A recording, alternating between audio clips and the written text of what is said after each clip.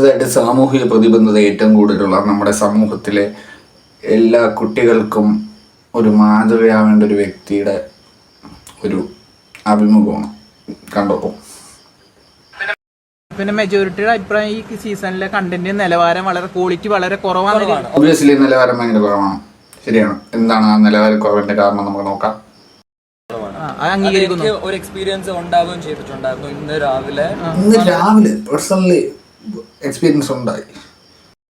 Quality കുറഞ്ഞ വർത്താനവും വളരെ quality ആരുടെ ഭാഗത്തു നിന്നാണ്? ഷാനവാസിന്റെ ഭാഗത്തു നിന്നാണ് വളരെ ക്വാളിറ്റി കുറഞ്ഞ വർത്താനവും ക്ലാസും സ്റ്റാൻഡേർഡും. ഷാനവാസിന്റെ ഭാഗത്തു നിന്നാണ് വളരെ ക്വാളിറ്റി കുറഞ്ഞ വർത്തമാനം റിയാസ് സലീമിന് ഉണ്ടായിട്ടുള്ളത്.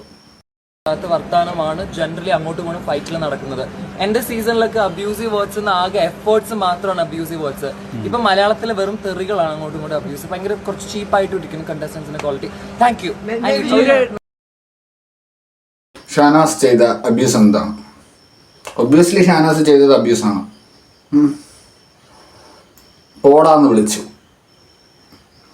ആണല്ലാത്ത ഒരുത്തനെ ഷാനവാസ് പോടാന്ന് വിളിച്ചു. That's an abuse.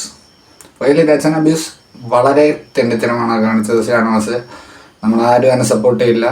ആണും പെണ്ണും കെട്ട ഒരുത്തനെ എന്തുകൊണ്ട് നീ ആണിനെ സംബോധന ചെയ്യുമ്പോൾ സംബോധന ചെയ്തു? That's an abuse. ഓക്കെ, തൊട്ടിത്തരം കാണിച്ചത്.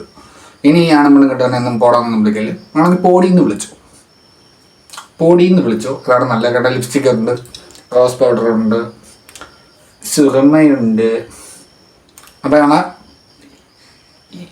എവനെന്ന് വിളിക്കുക, എവിടെന്ന് വിളിക്കും.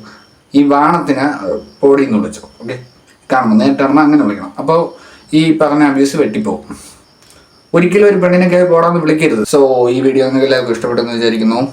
അപ്പോൾ മറ്റൊരു വീഡിയോയിൽ മറ്റ് കുറച്ച് ആൾക്കാരെ ഇങ്ങനെ പൊക്കിക്കൊണ്ട് വരണമായിരിക്കും. വീണ്ടും കാണാം. എല്ലാവരും ഒന്ന് സബ്സ്ക്രൈബ് ചെയ്യുക.